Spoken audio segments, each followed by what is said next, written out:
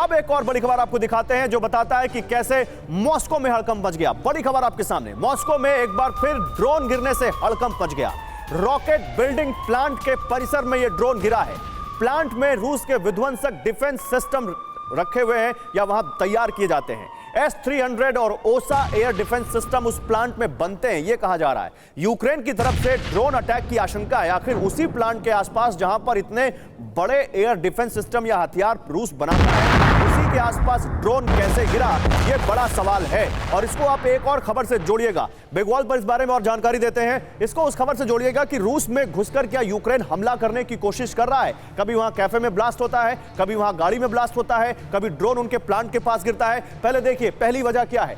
Moscow में S-300 जो कि एयर डिफेंस सिस्टम है, उसकी फैक्ट्री पर ड्रोन गिरा। ड्रोन हादसे के पीछे यूक्रेनी हाथ होने का शक जताया गया। दूसरी वजह, ब्रियांस्क में यूक्रेनी फौज ने हमले की कोशिश की, यह ब्रियांस्क के गवर्नर ने कहा। रूस की फौज ने यूक्रेनी अटैक को नाकाम कर दिया, यह कहा जा रहा है। अब आप समझिए, आपको ये हम यहां पर जो ये दिखा रहे हैं मैप, इसको आप समझिए। ब्रियांस्क रूस बेलारूस का ट्राई जंक्शन, कैसे आप समझिए, यह है आपका यूक्रेन, यह है रूस। और यहां से मॉस्को की बात करें तो यह 500 किलोमीटर दूर यहां पर ड्रोन हादसे का शक, ड्रोन हादसा है या जानबूझकर वहां पर गिराया गया है, कुछ पता नहीं। लेकिन ये जो ब्रियांस्क है, ये केवल 140 किलोमीटर है। ये जो आप देख रहे हैं, ये रूस का बॉर्डर, रूस और यूक्रेन का ब्रियांस्क बेलगोरोद के आसपास पड़ने वाला शहर, और वहां पर 140 किलोमीटर दूर हमला करने की कोशिश की गई यूक्रेन की तरफ से।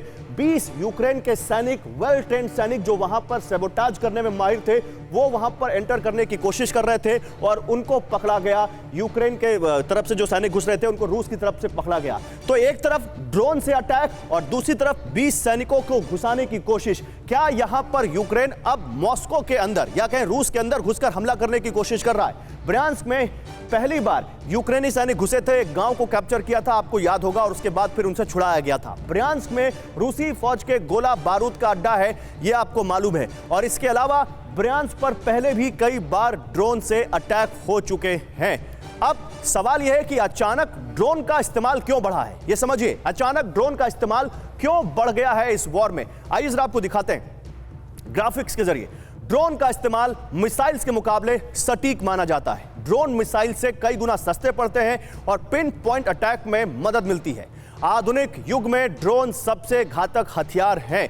और मेरे साथ यहां पर एवीएम श्रीवास्तव सर हैं। सर, मुझे ये बताइए, क्या वाकई आप मानते हैं कि अगर एक फैक्ट्री जो रूस के हथियार बनाती हो, वहां पर ड्रोन गलती से गिर सकता है, या आपको लगता है चाहे वो ब्रियांस्क को या मॉस्को में ड्रोन का गिरना, इनके पीछे कोई थ्योरी है?